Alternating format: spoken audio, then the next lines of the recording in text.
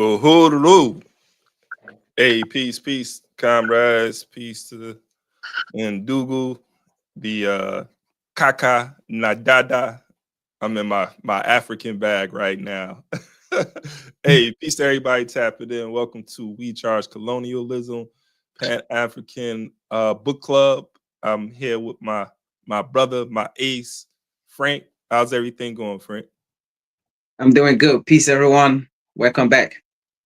Yeah, for sure, man. It's always good doing like these Saturday book clubs, man. I actually enjoyed out of all of the podcasting that I do. This right here, I don't know, some probably because this is my first like real introduction to doing the podcasting, the book club thing, and it opened me up to start doing some other videos and you know some some readings. Dr. Amerson Wilson did a few things on him. So but this is the one that paved the way right here. So that might have something to do with it. But definitely enjoy being here, building, being able to give this information to the people who continuously tap in. Appreciate all y'all. So make sure, if this is your first time with this, that you subscribe to the channel and you hit the notification. And for all those who are tapping in, y'all already know, like and share. I think we doing a good job of growing our viewership. But I think 2025, man, I want to take it to another level. It's Yep. the year of Malcolm, man. What you think about that? We're going to the centennial of Malcolm X, 100 years, man. You feel the energy yet, or you know did it hit It you is. yet? It is. It is. It is, man. I mean, you know how it is. That's my method, though. Indeed, man, indeed. And I hope like I'm big into I'm big on symbolism. I'm always like when it comes to like born days and certain dates, significant events. Um, I'm motivated and inspired to build off of the legacies of individuals and organizations that have done things in the past. As we carry on this revolutionary legacy, and so with the 100-year anniversary of Malcolm's birth, that's very significant. There's also the 60-year anniversary of his last message that he gave, and also 60 years since Malcolm transitioned, since the state and whoever else was helping the state take out Malcolm, assassinate him. So it's definitely a significant year coming upon us, and we have to seize the time, because this work that we do it's more than just us just having these conversations. Like we doing this with a purpose to liberate ourselves, as African people. So, you know, that's what it is, my brother. Are you on tomorrow? Are you No, no, no. My computer is still at the shop. Because what happened here, it couldn't close. Like, there's a ping with the monitor and the keyboard, so it kind of broke. And okay? All right. yeah, so Oh man, people I gonna wanted be to get looking new for one, you, but man. yeah, it's so expensive, and I already have a lot of Uh stuff on it. So yeah. yeah, I didn't want to spend, another money because it's very, very expensive. But I took it for fixing, and it's still at the shop. So Okay. hopefully, it get done before my trip. Oh yeah. My brother going back to the motherland, Yeah, and I'm envious, brother, but and happy at the same time. yeah, Go back to the motherland. Go home. Get that energy, bruh. Get yeah. rejuvenated. Touch that land. Bring me back some dirt. Bring me back some soil. I will, man. Bring me back some soil. Hey, folks, man. Nah, definitely. Appreciate everybody tapping in. We're gonna continue our reading of Gerald Horne's The Apocalypse of Settler Colonialism. So we're gonna get into that in a minute. I just want, quick news story. We usually start off with some news. And on a somber note, many of us probably know that that crook, that murderer, that horrible human being, Daniel Penny, who murdered Jordan Neely on the train while people stood by and watched. His case was dismissed. He's not going to do any time for this public lynching that he's guilty of in our eyes. He's guilty of it. But we don't have the power to bring. Well, actually, we do have the power to bring justice. We just don't have the consciousness to be able to go out there and do what's necessary to bring him to justice. We don't even have an institution to hold this man in. So there's some infrastructure we have to build to be able to apply our own justice, man, when people are committing these crimes. Like Sonia Massey's murderer. They're talking about letting Sonia Massey's murderer off. Not off, but out on bail. You know, this guy who has a bad reputation, is a corrupt officer, shoots a black woman in the head, like headshot, like murder, assassinated this woman, and they're talking about letting this man out on the streets. You know, but this let me pull this up really quick though. I'm going back to Sonia Massey. I'm sorry, Daniel Penny.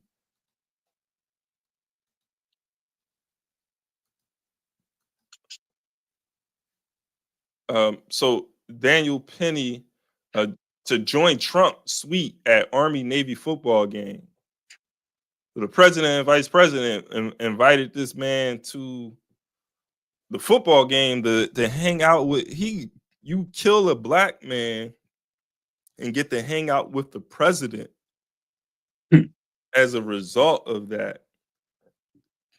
Okay, I mean, bad enough y'all let the man off, but now y'all upholding this guy as he's like some sort of hero.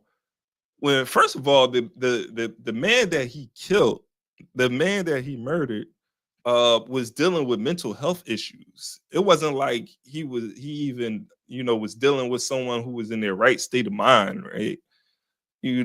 So there was a failure on the system when it came to Jordan Neely that needs to be brought out, highlighted. The man was dealing with mental health issues, was on the train, asking for food in whatever tone he was asking for food, but it was a man who was in dire need. And this guy, Penny, murdered him. So, I mean, it tells us, it says a lot about a significant population, a significant number of people in this country and how they think when it comes to black bodies. I'll read some of this, and Frank, I'll let you get into this, man. Give me your thoughts. But Daniel Penny, a veteran who was acquitted of negligent homicide in the subway choking death of Jordan Neely, has been invited by Vice President-elect J.D. Vance to join Donald Trump's suite at the Army-Navy football game in Maryland on Saturday. Vance said 26-year-old Penny has accepted his invitation. I bet he did, Penny, a Marine veteran Marine veteran, was found not guilty earlier this week of criminally negligent homicide in Jordan Neely's 2023 death. A more serious manslaughter charge was dismissed last week. Vice President-elect invited Penny to be his personal guest at the game Saturday in Landover, Maryland. A source familiar with the invitation told CBS News, Vance, a Marine Corps veteran who served in Iraq, has said justice was done in the case and Penny shouldn't have been prosecuted in the first place. I'll stop there, man. Any thoughts on this situation right here?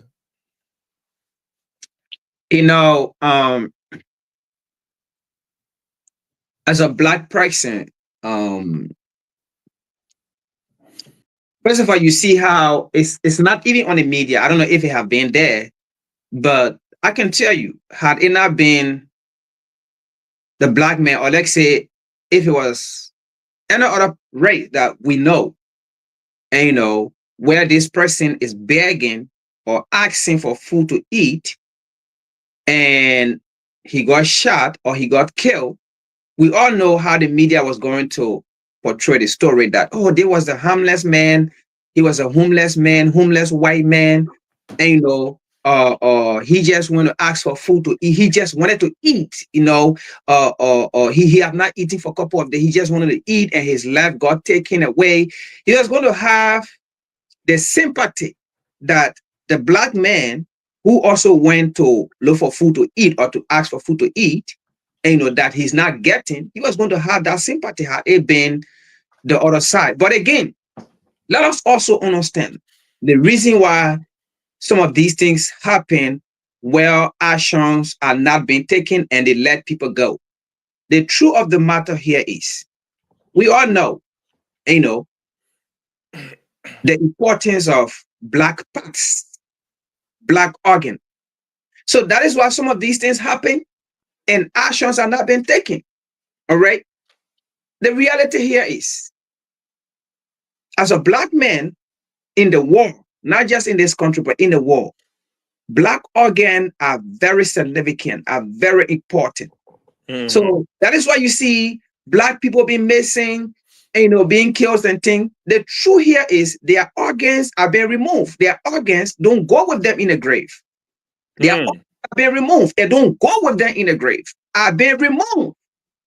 Okay? Yeah. The truth of the matter here is, if you find out, even though we are not going to know, but the parts, the organs of that individual, they were removed and saved and donated and given to people who don't deserve it. And that is why when black people get missing, black people get killed, it is a trophy. It's a trophy. Okay, it's a trophy for them. So why would they come? Why would they want to come out, to talk about something that is a trophy for them? We should know these things, and like you said, the only way some of these things will stop, we have to have the conscious mind.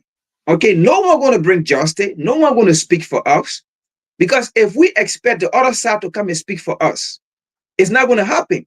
Because the truth of the matter here is, it is a trophy to the other side to have organ, okay, to have organ. So we have to have that conscience. We have to have that mindset, as a unified people, then divided people, to come out, to fight some of these things. Like you said, we have the power, but we have to have that conscious mind to come out. Because the truth of the matter here is, it is a trophy for the other side who don't want to talk about it, because black organ are being used, all right, for different purposes, as we know already. So that is why when black people get missing, black people get killed, it is not being talked about, because their organs are being removed. Their organs don't go with them in the grave.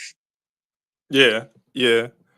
And again, just going back to the importance of consciousness, man, how we see ourselves, how we identify ourselves, and how we, if we're able to determine who our enemies are, just being on the same page when it comes to these things is very important. And that's why organization is important. When people who are organized develop that sense of sameness, or that sense of being a part of a community. That collective memory is developed, and that's something that we are lacking overall. I think just like being on the same page, because I feel like there's this fragmentation, too much fragmentation within the African community that allows our enemies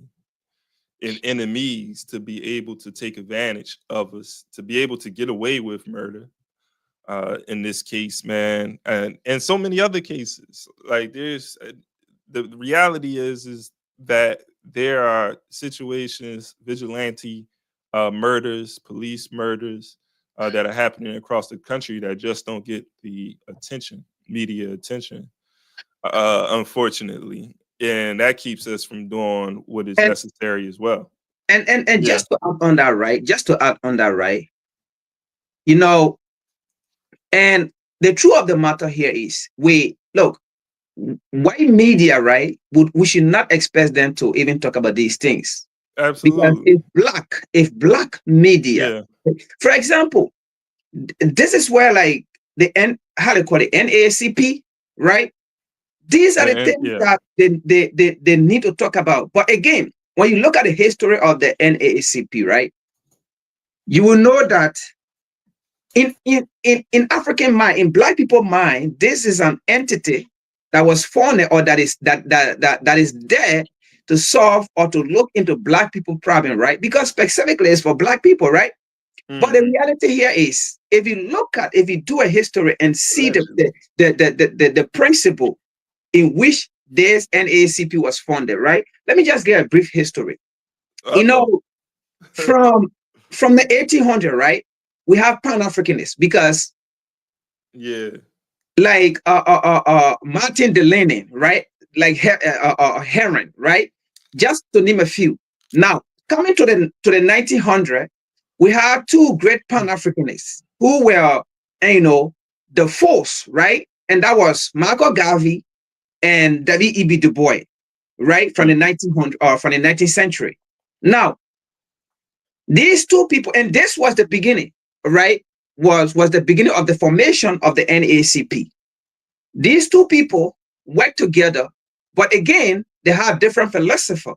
So, on the other hand, David E.B. Du Bois wanted social advancement, right, for black people, through what? Peaceful integration, right, into the white capitalist system. And on the other hand, Marco Garvey did not want that. Marco Garvey wanted solely a black capitalist system, all right? Completely separation or different from what David E.B. Du Bois had. Now, based on that, there was a split within the Pan-African movement at that time, because David E.B. Du Bois too, he was popular. Yeah. He had his movement. Marco Garvey, popular, he had his own movement, right? So those that believe in Marco Garvey went on the other side. Those that believe in David E.B. Du Bois went on the other side. And then it became a split in the Pan-African movement at that time. Now, that brought about the creation of the NAACP, because Du Bois was saying we can integrate within the white capitalist system, right? We can work. And now, David E.B. Du Bois called Marco Garvey insane. Okay? He called Marco Garvey insane for wanting to separate completely, from the white man or from the capitalist system, and founding a solely black capitalist system that will be for black people, that will function for black people. He called Marco Garvey insane. And then Marco Garvey called him a traitor. Okay? Called him a traitor for how do you call it, betraying his own race, okay, and wanting to ally, with the white capitalist system of the white race that have put you in such captivities and those things. Now, so if you look at it, right, so the formation of the NAACP, it was not like the funding did not come from David E.B. Du Bois during that time period. The funding came from the white capitalist system in order to give more momentum to David E.B. Du Bois. And then on the other side, while Marco Garvey will be left, by the wayside and stuff. So the white capitalist system supported David E.B. Du Bois, right, to have black people to reintegrate, right, to be equal into the white capitalist system. Till to date, we are not equal. Till to date, the NAACP cannot even protect or fight for the same thing Marco Garvey was talking about. We cannot do this. You cannot integrate within this. This is not going to work, right? So again, if we have this organization, the point I want to make here is, sometimes these organizations that we have that are not solving black people problem, we have to go back and look at the formation, how it was funded, who then funded it, like where the fundings came from, and why it's not working, right, for us in this current time. And then we will be able to find a way to run it, to disengage with these things, with such organization. Because at the end of the day, We will call the NAACP, their hotline, talk about Black issue, what is happening, what is this. They are not talking about it because the reality here is, right, this is an organization that need to be at the forefront of such cases like this, right? To call a Black platform, Black media, and narrate the case and phone these people and say, look, listen, we have to, bring momentum to this case. We have to talk about this case. We have to do this.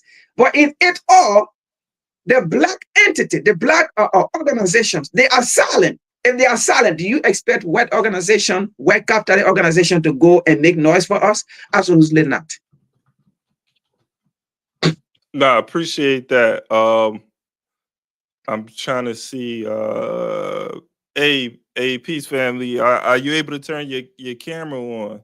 I think somebody wanted to build on that Garvey Du Bois situation. I don't know, some folks I saw some comments, man. But in regards to like Garvey and Du Bois's philosophy, political economic philosophy. I mean, Garvey, you can argue that Garvey was a capitalist. He talked about capitalism and opposed communism, right? But I think like just when you're reading Garvey's work and his philosophy, like I don't really consider Garvey a capitalist. I mean, he was leading a labor movement. He was organizing the working class. He was setting up cooperatives, and he, out of his own mouth, when he talked about an economic system, he put a cap on the amount of money a person could attain within that system. And if I can recall, maybe like 5 million. I could be off on the number, but Garvey said once you get to that amount, you can't have any more. So people weren't able to continue to accumulate wealth within the system that Garvey was advocating for. So I think all of that is sort of anti-capitalist, even if Garvey is proclaiming to uphold capitalist principles. So I think with over time, Garvey would have definitely had a serious critique of what capitalism is. This is just from my understanding, just doing the knowledge, reading the information, and how he's presenting his political and economic philosophy. And as far as Du Bois wasn't always a Marxist, but Du Bois is going to become, he's going to, join the Communist Party and so forth. That comes later on. I think early on, Du Bois isn't advocating. He's for integrating into the empire.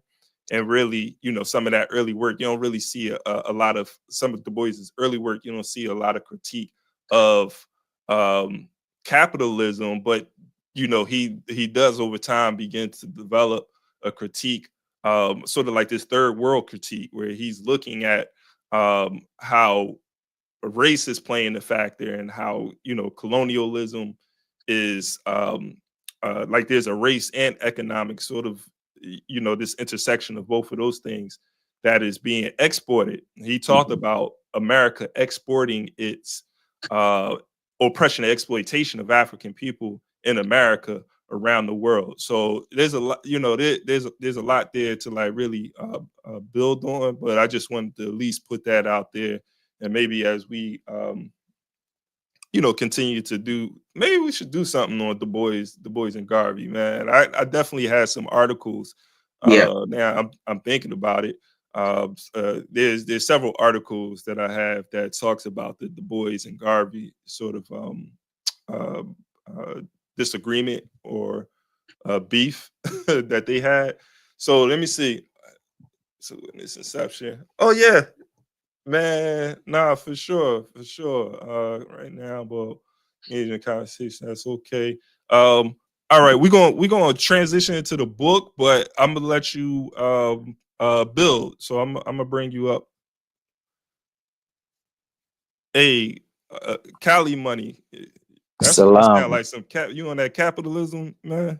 No, I no, don't know. no, no. It's just a different persona. So many people on YouTube. I'm East African. Salam, salam. How y'all doing? Okay, salam, man. All is well. Is there any? I like how you say East African. That's what's up, man. Claim that whole coast. Yeah. What particular specific country you coming from? I mean, if we go into the history, where if I give you the specific country, actually, a majority of East Africa from the Red Sea and up to what people are Okay, calling Gypsy or Egypt or Al Fasat or Kemet, Nubia, was definitely connected to the land of Punt. So I always like to say all of East Africa, but there's such a right. huge, rich history that connects us all. But Eritrean Yeah, for modern term. got you. Thanks for that explanation too. But go right ahead. You wanted to build on something? Yeah, so I love the build that you guys are having. First and foremost, I love to see my African brothers talking amongst each other, trying to figure out what's the best move for us as a whole. And understanding history is the best way to know where you're moving in life, how to move forward. You got to understand where you came from. And I've had this conversation with a couple of my East African brothers and sisters on X. We host spaces every Sunday. And one of the topics that came up was Marxism. And I had a little bit of a reservation, somewhat of a pushback, because when we look at what the way he was trying to pitch me Marxism, and he said, "Oh, it's the fight for the people." I said, "Okay, if it's a struggle and the fight for the people, then we've had that prior to ever it being called Marxism." My issue is that this individual and even Carl himself, right? They did not have the African in mind. They were thinking of their own Yeah. kind. So my issue was, why do we constantly have to title something that was created by a European or a paleface when we've had numerous Africans showing us the plight of the struggling person, right? From a village, from a certain part or region, and they showed you, but they just didn't call it Marxism. We had an African name, an African energy behind it. I'd rather go back to that as opposed to giving these Europeans this power, because when you start Yeah. dealing with some of these educated or Europeans, they put you in a box and say, "Oh, you Africans needed us." No, we never needed you. You guys learned from us, from the foot of our ancestors. So for me, when I looked into Marxism, when I understood the dynamics of what the world was at during that time, it was racist. It was never inherently for an African at all. So for me, that was always my pushback, because I feel like we were disgracing the ancestors. In a way, it was a slight, that as if we needed them. We never needed them. 60% of the world's arable land is in Africa, which means when they tell us there's food scarcity, no, we have food security, but we just have the wrong people in the right position. Yeah. Nah, absolutely. I agree. You want to build on that, Frank? But yeah, for sure. I mean, as we discuss on the channel here, right? Like his view, and his view kind of lie in our view. Like, listen, the WCC is not about just coming out here. We discuss the present, look at the past, and see the mistakes made by some of our past leader. Direction that they took. Now we are in this current condition, right? It is true that we have to follow our past leaders, but again, we also look at some of the mistakes. They are human beings to make mistakes. We don't want to make the same mistakes, right? Like he's saying, it is true. Look, if you look at history, even the white men or the European writers, they will tell you, things that were built in Africa, the pyramid that was built, or wall that were built. But yet they have those things in their writings, right? But because they do not want to give the credits to Africans, they do not want to say that Africans, were the first to bring about civilization. They do not want to say that the European civilization was actually built on the knowledge, okay, and the understanding of the African civilization. Because they don't want to do that, they will say alien build those things in Africa. Now, the truth here is, If alien built those things in Africa, right? Why didn't the same alien build in Europe? So are you telling me those aliens, they never had access to Europe to come and build the same thing they It was built in too Africa, cold, man. to build the It's same too thing cold in over there. Europe? Those aliens never had access to America. They never had access to Spain, to France, to, I mean, you name it, right? Those aliens never had access. Or maybe the Western world did not exist that time. The only continent that existed was the continent of Africa, and that's where these aliens that came from space have access to. They never had access to the other places. Now, they come out with this history, and then we African, we learn it, right? We read their books, and then we don't think twice. We don't ask questions, right? Where these aliens came from. Now, listen to this. They will tell you about the Benin Kingdom, the civilization in the Benin Kingdom, but they will never give the credit to the Benin, to the African that lived there. They will tell you about the Great Wall in Nigeria that was built. And in fact, these civilizations were never destroyed by Africans. They were destroyed by the European in order so that when they read their book, right, we will now see evidence. So they destroyed the Benin Kingdom, the war of Nigeria, they destroyed these things, right? And then they said it was alien and those things. But the reality here is, if you do history, right, civilization, European never had civilization. It was African that had civilization. It was African that taught European civilization. It was African that traveled from the African continent that came to the Western world, that came to this part of the world, right? That started again the civilization they brought from Africa here. And you can see that all over Europe, going to Africa, you can see the connection. Again, you know, like my brother was saying, we have to go back in time, right, in history, and see how things were done, where we came from, and then be able to correct the narrative, or else we will not be able to correct the narrative. We will not be able to move on. And that is why we are always disorganized. And that is why we will always go against one another, even if someone is saying the truth, because we feel that the little we know more than someone who is coming to tell you, listen, there is more to that box. There is more beyond that box. Look outside of the box. But we don't want to do that. And it is the truth, you know. I mean, to build on that, and you know, going back to the Marxists, I unite. I agree with what you brought up. You know, it's a serious contradiction when we look to Europeans for answers to our problems. First of all, they created the problem, and I think you made a great point. Like the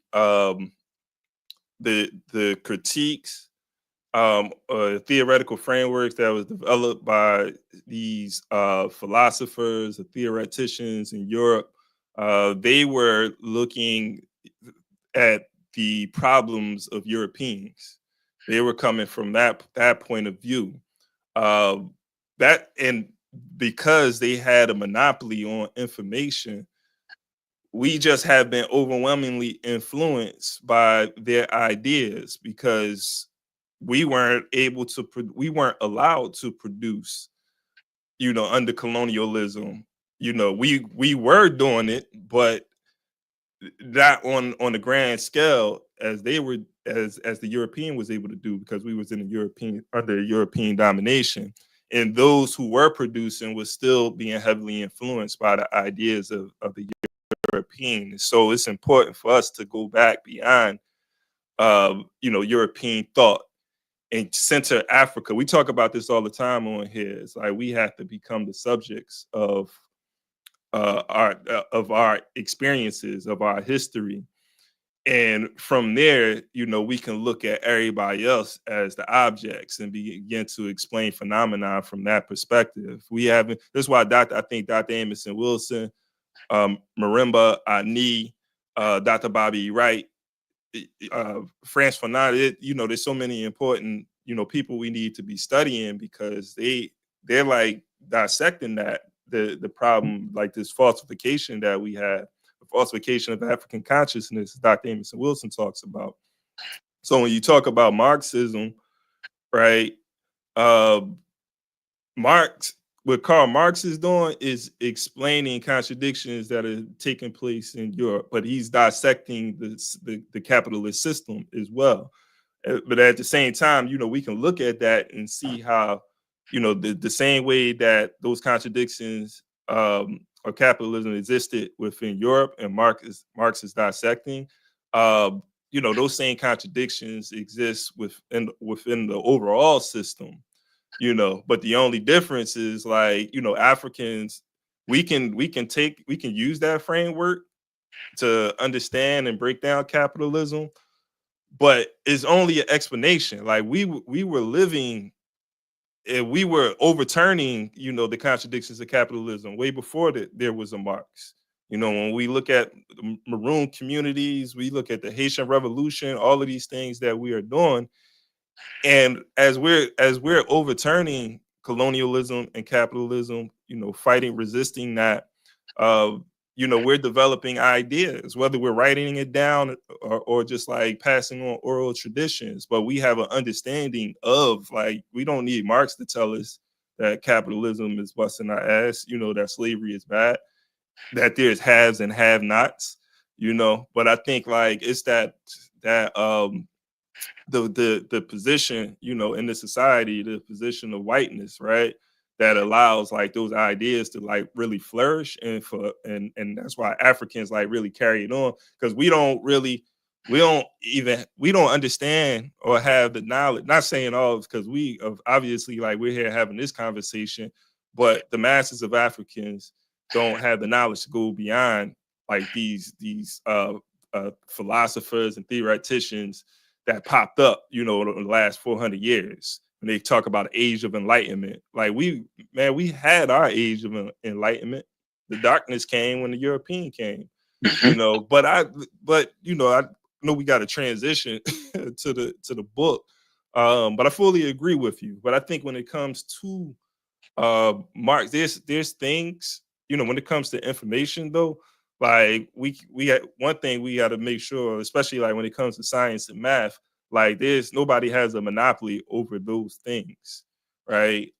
So you will have Europeans that may come up with a framework that may be useful. Marx has a framework that I think is useful, but to consider yourself, I don't know. Like, I know some of my folks consider themselves Marxists. I would never. I hear you, brother. I not to cut your wisdom, but that was my whole point to the conversation I had with one of my brothers on my space on X.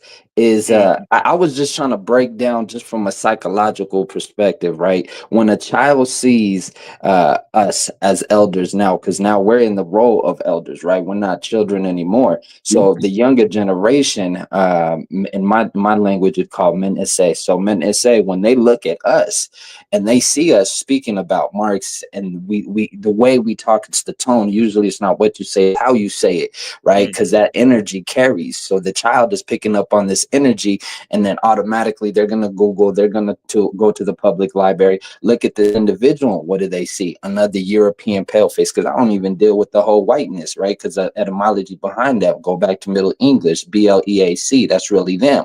So when they're looking at this, and when we look at it from a larger perspective, we're being attacked psychologically, and we're not even understanding it, right? Like, our subconscious, we're planting the seed that, hey, everywhere you turn, it's a pale face. Even to the fact that, I don't know if some of you brothers are religious, and that's my first time, so you know, correct me if I'm wrong, but even from a religious standpoint, that was the whole point of them having the Most High or Jesus or a lot of these individuals as pale faces, because psychologically it does something to the child, to the brain, when everywhere you turn, the only answer that you'll receive is from this individual. And there's a famous quote: if he don't teach you right, he ain't gonna feed you right. If he don't feed you right, he ain't gonna teach you right. So that was always my pushback, is, okay, I understand that you can take good from bad, but at the end of the day, it was never meant for us. Why not just call it something else? Don't even call it Marxism, just say Africanism, you know, call it something. So when the child looks at it, he's not looking to see a pale face and then wonder to himself, damn, okay, every time I look, I'm always finding this pale face for an answer.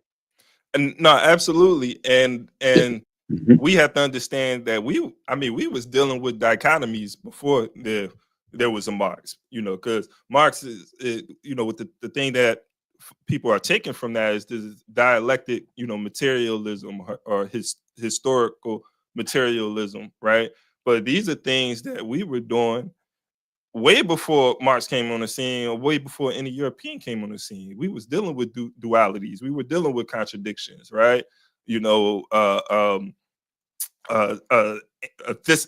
thesis and antithesis, right, and synthesis, and how those, you know, the antithesis and this thesis, you know, will bring those contradictions, will bring forth something new. You know, Marx basically applied African philosophy to the system of capitalism. But if we don't know the history and we don't know like the tradition of African thought to be able to identify that, we're gonna think that, yeah, like, you know, Europeans, they already tell us like the what they say, like the philosophy was like when they talk about Greece and Rome, the father of civilization, is that something they say? So, whatever. But they, you know, they look at Rome and Greece is sort of like the cradle. But you know, like that's where philosophy and all of that, you know, started with them. Mathematics, it all began with them. But it goes beyond that. You got to go to Kemet. You got to go, you know, go through. Imhotep. Yeah, then that's my point, right? When we look at history, though, they're not teaching. So that's why I always have, and you know, maybe that's my downfall, but I never try to give credit to the European, period. You know, I always try to find some African within it. Hey, like, there okay, you go. So when they say father of science, I say, wait a minute, that's Imhotep. Matter of fact, your father of science learned at the feet, like I was saying earlier, of Africans. And even when you look at the history during the time of the Bolsheviks, right, when we see this centralized banking and how they were truly affected, because a lot of folks are getting tied up in this politics, but really it's the politics, because Marxism, when who he was working with, Carl, and I forgot the other individual's name, they were actually working with a group that took out a royal family. So these were Europeans finding different ways to take over the world, and then we fell into the trap. That's why I was like, that's interesting, because if we do a deep dive on this individual, both of them, they were still working for the same people that are oppressing us to this day, the same people that helped take over the Suez Canal, the same people that went into Assad in East Africa. So for me, it was always like, I see you got your wolf with sheep's clothing on, but I still know you a wolf. Nah, definitely. Nah, appreciate you, you know, coming up here and bringing that to this conversation. And I want to, you know, just extend, you know, my hand for you to like come back and, you know, we can have we could do a show, you know, on these topics right here. I'm gonna transition right now to the book. I got caught up in the conversation, but you know, we a little behind. But I'm a transition to the book, man. You're more than welcome to stay, you know, or you know, go back down. But I'm gonna leave that up to you. But I'm gonna share the screen. We just gonna do about 15, 20. You got a little time, Frank? Yeah. All right, maybe we go to like 10 after. Do it like that. Actually, let me stop lying, man, because I do have I'm on campus. We about to do this social justice workshop on campus, and but I'm just going to run late for it. That's all, because I want to get some of this in. So we're gonna go start from chapter 2. I'm going to share the link to the book in the chat for those who want to follow along. And appreciate you, Sayero, for highlighting or bringing that information about the Hulu 3. Before we get off, I'm going to definitely put that information back out there so that folks know what's going on. So I'm going to get into this book real quick. We ain't going to waste no time. No Providence for Africans and the Indigenous. Chapter 2. Between 1629 and 1645, thousands of religious dissenters, notably Puritans, migrated to the Americas to escape tyranny. But just as men, women, and children from England endured bondage in North Africa, While London abjured abolitionism, the Puritans and other so-called dissenters proceeded to impose a tyranny on the indigenous, dispossessing them, enslaving them, murdering them. Although indigenes and Africans were the primary victims in a manner that would bedevil settler colonialism for centuries to come, other settlers too were disfavored. For example, Roger Williams and his spouse arrived in New England from London on February 5th, 1631, slated to reside in Massachusetts Bay before moving to the separate colony in Plymouth, where they lived about 2 years. Sometime in 1633, they moved to Salem, in the jurisdiction of the original point of arrival. In October 1635, the Massachusetts Bay General Court, which in this reputed democracy held all legislative, executive, and judicial power, sentenced Williams to banishment after he spoke out against attempts to punish religious dissension and against the brutal confiscation of the land of the indigenous. Eventually, the authorities sought to ship him back to Europe. Yo, these Europeans, boy. He escaped by January 1632 into the wilderness, where he was succored only by his indigenous allies and finally settled in the area he termed Providence. Despite a subsequent coloration of liberalism, what became Rhode Island was also land confiscated from the indigenous, exposing the contradictions of progressive settler colonialism. Even the progressive for who? You know, like that's why, anytime they bring up if you in U.S. history, well, in European history, you look at the late 1800s going into the 1900s, they call that like the progressive era. Progressive for who?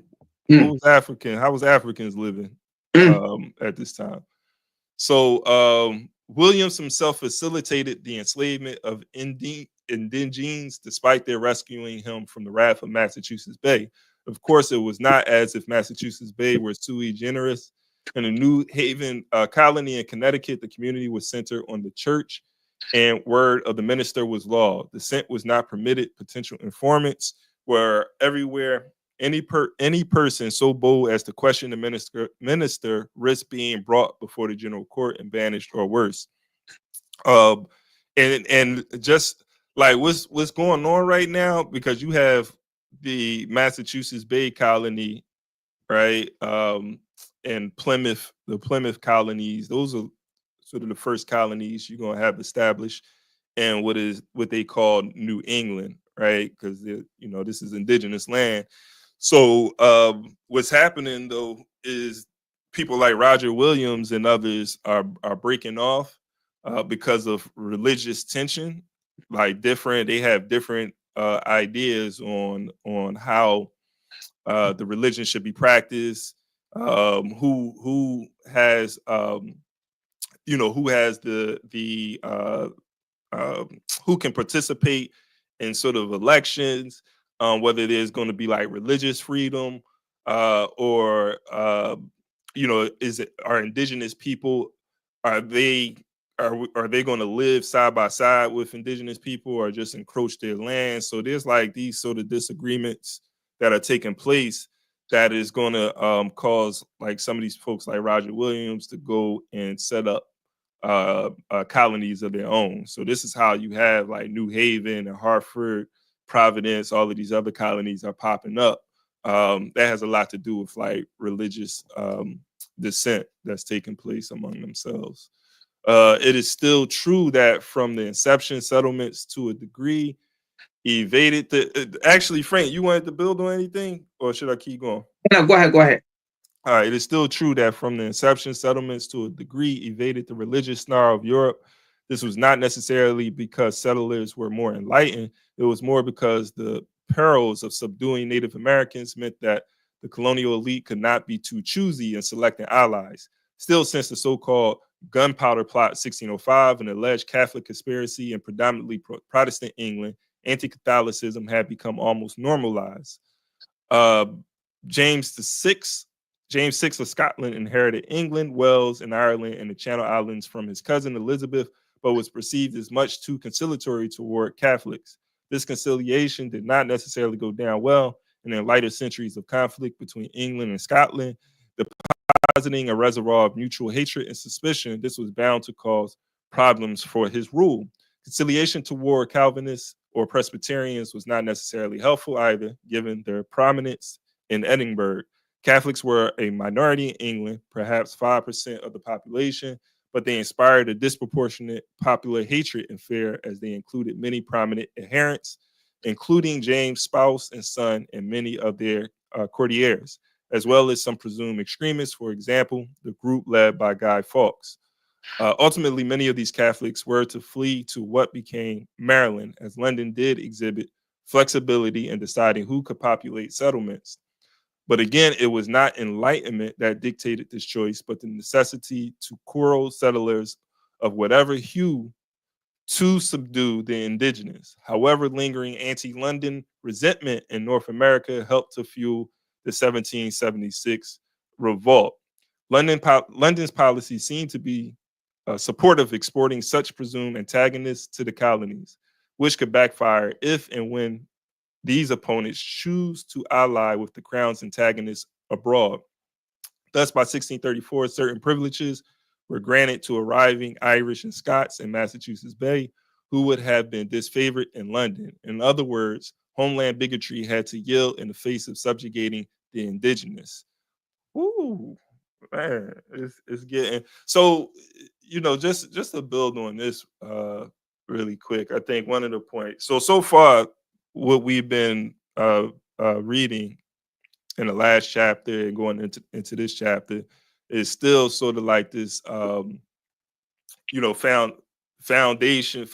of the colonies. They're giving us like that context right there. And, as we're reading here, they're talking about these I think these contradictions among Europeans. But one thing, like what I just read, that I think is important, very significant, is how these Europeans over here in Europe, that these Scots, these Irish, how they're able to sort of merge with the Anglo-Saxon here, even though they don't really like each other. Chairman Omali Yeshitela talks about this too. He talks about sort of like this European identity, the creation of this European identity, that comes about through the enslavement of African people, the colonization of Africa, the enslavement of African people. More so during this time has a lot to do with the enslavement of African people, right? Because they really haven't been able to infiltrate Africa the way that they did in the 19th century and 20th century. But it's this opposition to Africans and indigenous people that gives Europe sort of like this identity. Because prior to this relationship, they was going to war with each other. They were identifying themselves by their ethnic groups. So, Celts, Saxons, Franks. Who else you got over there? What's them Goths? So you got all of these different Welsh people. But now, they are developing these national identities and then, this European identity. But over here in the Americas, their opposition to the indigenous and also like this opposition to London as well is going to begin to create an American identity that we're going to see in the 18th century. But I thought that was interesting. So you have them. One thing that they have in common is this, their avarice for land, for indigenous land, right? And to be able to, I guess, juxtapose themselves to African people as well, because then, sort of you creating that white privilege. It's mentioned in the 1600s. It's in the 1600s that you begin to have laws on the book, slave laws, like slave codes, that is going to distinguish African people from European people, right? That's going to happen in the 1650s and 1660s. So I don't know. I just thought that part was interesting. I don't know if you wanted to bring up anything, if anything stood out. Just to build on that, like you said, right? The European it's not like they don't have differences among themselves. They do have differences, right, among themselves. But when it comes to their interest, right, they put their differences aside and all work together. And they have been able, right, to do that, over centuries of years. Unlike we Africans, Black people, right? We use our differences to bring division among ourselves. And then the European use that differences among ourselves, right? That disunity among ourselves to favor one side, right? And then we go against each other and then push the idea of the European and we conquer each other. That's where, I think we are lacking. Now, in every society, we're going to have differences. There are going to be differences. But when it comes to the sole purpose of interest, right, of African or of Black people, we need to put that differences aside, right, and focus on what's going to drive us, what's going to drive the next generation. Because when it comes to the European, they know that for sure. They put their interests or their differences aside and work on what they can lead in place, they can put in place, that when they go, their next generation, their children will come and live a comfortable life, or will come and live that unity, right, with their race, with their identity. Unlike Black people, we have not yet come to master that. And that is our main problem when it comes to the reason why, right, our issues or our situation cannot be solved. And we are all around looking for it to the wrong place, going to the wrong people, when we ourselves have the solution in our hand. This is where our problems are coming from. Yeah. Hey, no doubt, man. No doubt. The solution in our hand. I'm glad you brought that up. And I think we got somewhere. It's 2025 again. I'm going to raise that, man. It's the year of Malcolm, the year of Patrice Lumumba, Robert F. Williams, Franz Fanon, Medgar Evers. It's a lot of centennials coming up, and I think like we gotta carry on that organizing spirit, that revolutionary spirit, the spirit of self-determination, right? That concept, that idea, and that movement that's so many of our people carried on. And knowing that there was a concerted effort to make sure that that movement was stomped out, that the leaders and those ideas aren't the most prevalent ideas among our community, and that's easy. It's easy for them to do that because we don't control those educational institutions that we sending our children to. So they can. You see how they, when they were talking about that critical race theory, Mhm. man, you see how they came out and resisted that.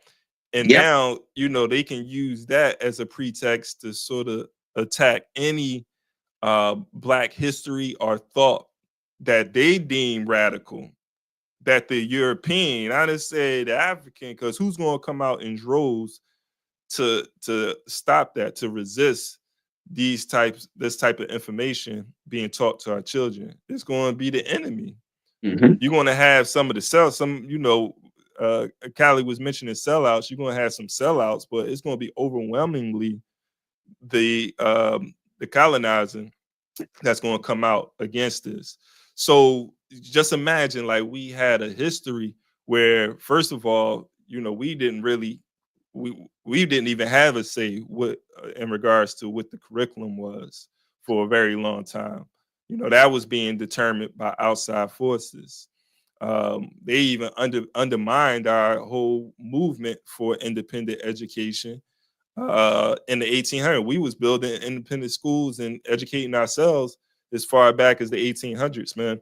But but yeah, but it's important, I think it's important that we understand that, self-determination should be our ultimate objective. This whole I'm going to be more vocal when it comes to this whole, assimilation, integration thing. Because, I try to be diplomatic, especially like when working with other people. But we got to get that out of our heads. We got to come with some transformative organizing and build new systems, right? Systems that is going to address our problems as African people.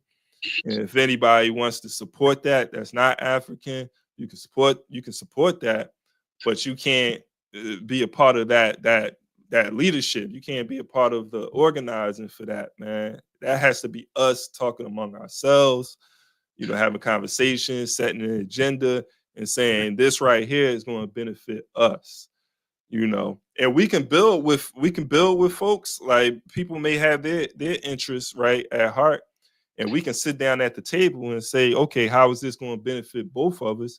That's what power struggles is all about, right? We see that all the time, but we got to be on that, man. No more integration, no more assimilation. We done tried y'all way, for the folks who still believe voting for the president and the mayor and Democrat, Republican. We've been trying that, and it's not working. It's not working for the masses of African people, man. We want liberation. We want self-determination. That's what it's about. We want to separate ourselves from the empire, from imperialism. That's what we on, man. We on that, right, Frank? That's what we about. That's what we about. All right. So I wanted to say I'm running late, man, but I thought we started the book a little late. I wanted to get at least some reading in. But you guys definitely read ahead. I think when we come back, we'll still do chapter 2. But you guys don't have to wait for us. When we come back next Saturday, we'll continue with chapter 2. And I wanted to bring up the Uhuru 3. The sentencing is on Monday. The sentencing is on Monday. If you're not familiar with the case, Chairman Omali Yeshitela, Penny Hess, and Jesse Neville were sentenced to conspiring against the United States government.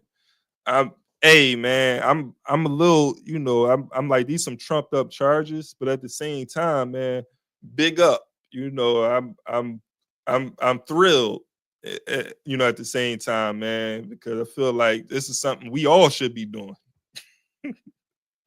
We all should be. As a matter of fact, some of us are, but that is that's no crime in the African community. Just think about that, y'all.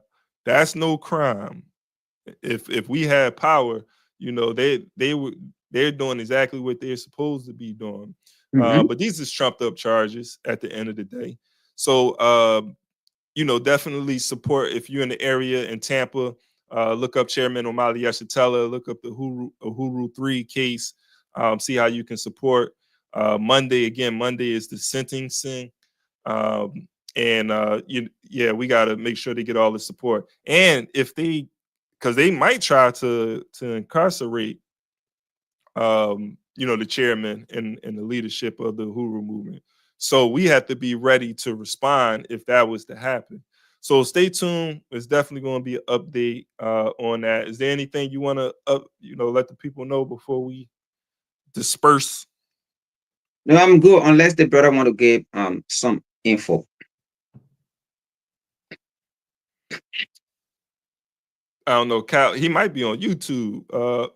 Yeah, I'm here. I'm here. I didn't want to speak out of turn, man. I just want to say shout out to the host. It's a great bill. You're gonna have definitely you have a friend in me. That's what's up. That's what's up for sure, man. Yes. I appreciate you coming up, man, for sure. Yeah, always. And we got to support one another, man. This to you, Frank, great build to the host. Let's follow one another, man. I got a website called RedSeaRoundtable.com. roundtable.com, where we touch on some of these topics you guys are speaking on, especially when you brought up Sankara, even Nkrumah, the whole OAU. I actually did an article about how it went left, right? The Minerva group and Casablanca group, and who infiltrated. Right. It's a good article. Y'all should check it out. And if you guys are on X, follow me, Nakfa23.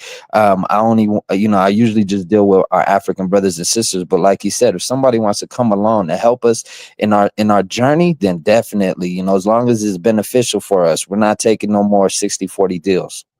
I hear that. You said not 423? NAKFA23 on X. You could definitely find me.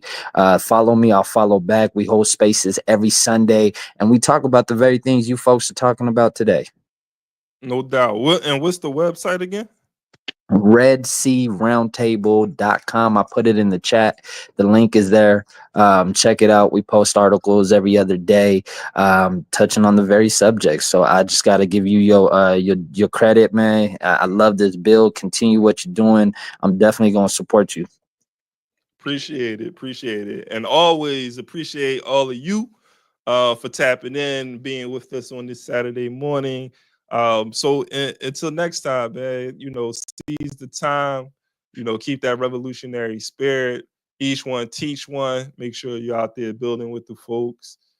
Join organization, start an organization, but we definitely got to be organized. So, until next time, peace.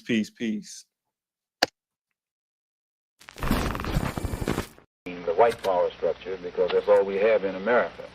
And the white power structure today is just as much interested in perpetuating slavery as the white power structure was 100 years ago. Only now they use modern methods of doing so. And realizing that the black people in this country are waking up and becoming filled with a desire to be looked upon as men and as human beings. The white power structure, to slow down that struggle for freedom and human dignity, uses tricks. 100 years ago they could do it with chains.